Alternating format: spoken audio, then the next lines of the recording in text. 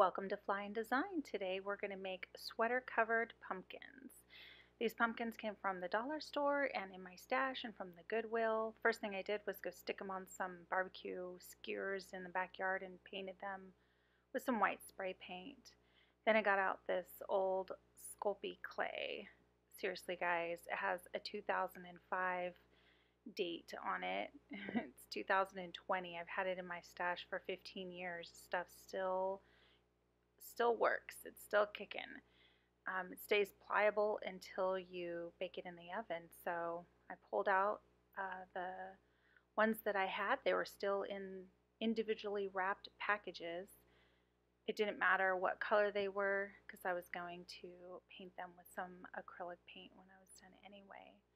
So I just molded these into some cute little stems. First I removed those old stems from the pumpkins. Some were just stuck in there, the ones from the dollar store, just stuck in there with a toothpick, and the other ones were just plastic. So I pulled them off and left them there so that I could use them as a comparison for when I was making my stem, just to compare it to. Just trying it on for size. Looks good. Pretty much keeps its shape as you're working. It's pretty pliable. I just used a pen to wrap that little curly cue around to make it curl. Then you just bake it in the oven for 275 degrees Fahrenheit for 15 minutes. Then I had some brown acrylic paint. I'm testing it out and I decide that I just don't like that color. It's really rusty red. So I add some black to it. You can use any color you want. I just pulled out some colors because I wasn't sure which colors I would need to get the color that I wanted until I found it just right. So this worked. This reddish brown mixed with black. And then just paint it on. I liked that it was kind of streaky because it kind of gave it a bark look. I don't know how to say, wooden look to it. So I didn't make sure that, I made sure it was all covered, but I didn't make sure that it was all solid, this solid brown color that I was painting.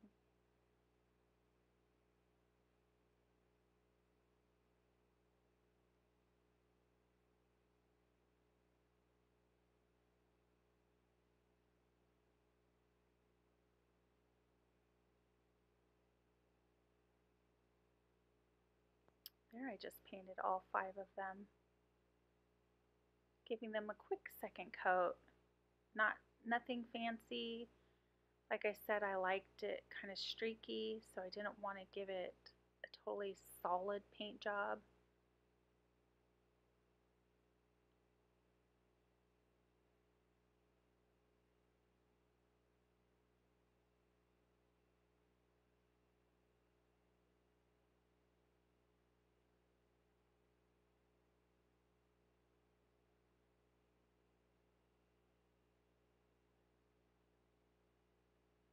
Alright, so we're going to dye this. I didn't want all 5 of them to be the same exact color, so I put 3 of the strips of the sleeves. I cut the sleeves, and I put 3 of those in a pot of boiling water with some onion skins for about an hour. And there'll be more directions on my blog about that. Alright, so I'm figuring out, I really love this sweater and I want to use the front of it. So I'm figuring out how much of the fabric that I need. So I'm kind of using this as my little template. I turn it inside out and I'm just going to pin it where I want to sew it. So the others are just, the other pumpkins are made from the sleeves, so they just slip on over the pumpkin and they just kind of stretch. So I'm kind of making a little sleeve out of the front of this sweater. I wanted to use the buttons and the cable knit. Those are the pockets. I'm going to cut it off what I end up doing is sewing those pockets shut. There's one on the other side too. I end up sewing where that stitch is, and I sew up the front of the buttons so those closed, so it's one tube. Now I wish I would have sewn that before I cut it. It was kind of tricky, but to get them lined up, I think it would have been easier to sew it first and then trim the edge off. Okay, so I'm just going to cut this out where my pins are, using my pins as my guide.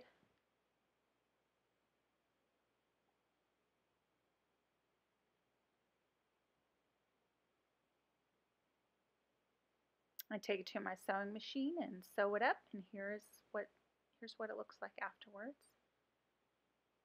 It's like a tube. Just one stitch down the back. Ah, it's so cute. Alright, I'm going to shove this pumpkin inside this sweater. And I realized, gosh, it's so long, but I really wanted to use the hem. I wanted that to show, but I also wanted the buttons on the front of the pumpkin to show, and I couldn't have both, so I ended up having to cut both ends of this off.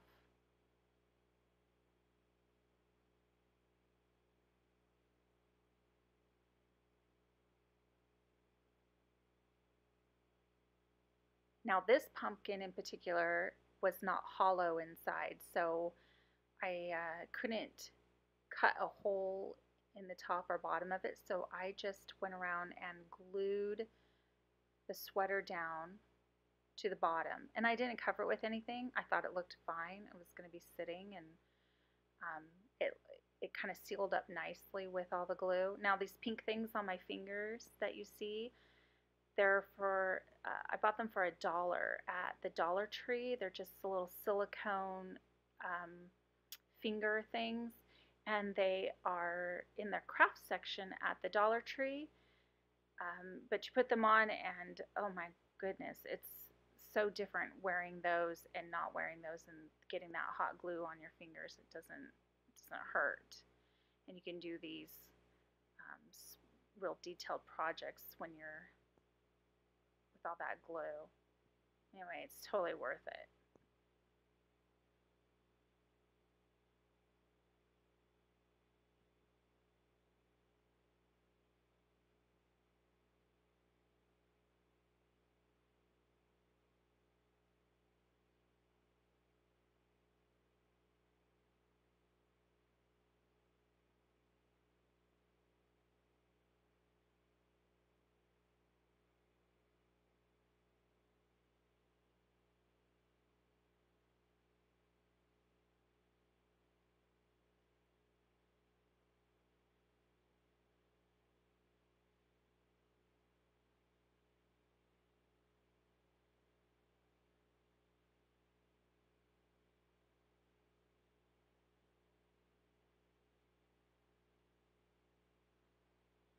Okay, you just do the same thing on the other side.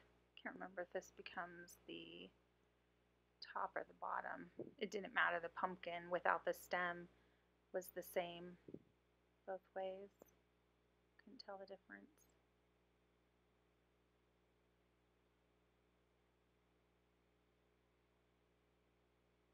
Do the same thing on this side. Just stretch that fabric over. Sort of like when you're upholstering, except instead of using staples, you use glue gun.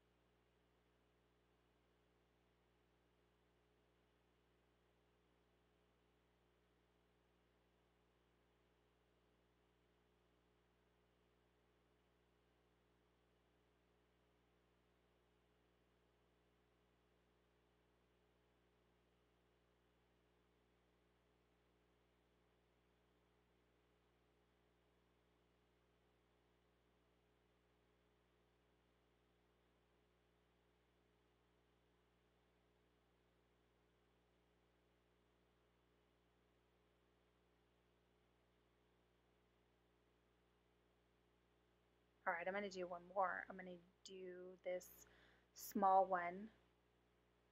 I'm going to use the sleeve for it. I'm just sticking it in the sleeve right now so I know about how long to make it, how much fabric I need.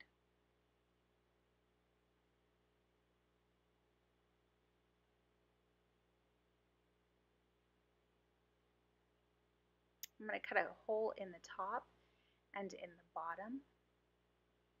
Doesn't matter what it looks like, no one's going to see it. This is a hollow pumpkin, so this time when you glue, you're just going to, it doesn't matter how, if you have any extra in length, it's just going to get tucked inside that hole. No one's going to see it. It's perfect.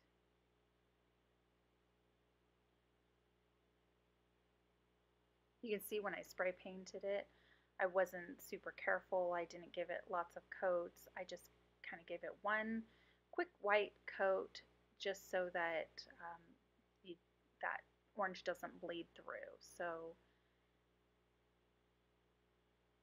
you can see that that orange is not bleeding through just because it's got that little bit of spray of white on it. And I'm just gluing and tucking, putting that in the center hole.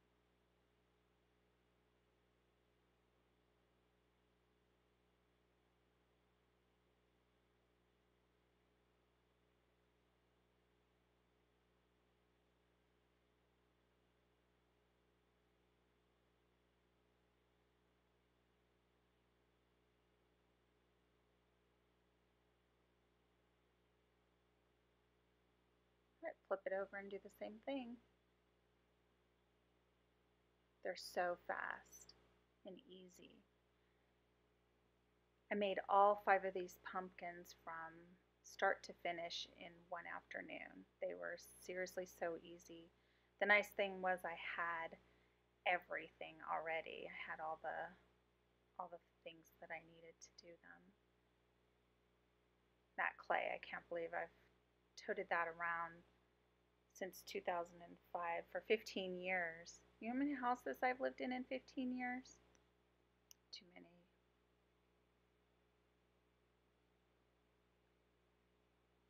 Alright, just get that all tucked away. I had this piece of felt. I think I paid 30 cents for it. Thought it would be cute. I downloaded a little template. I just Googled pumpkin leaf, downloaded it, and printed it out. I printed it in a couple of different sizes because I wasn't sure how big I wanted it, and this one I thought looked the best after I had them cut out. I just took a sewing pin and pinned it to my felt while I cut it out. I cut 10 of them out because I had 5 pumpkins and I wanted 2 leaves each. 2 leaves for each of them.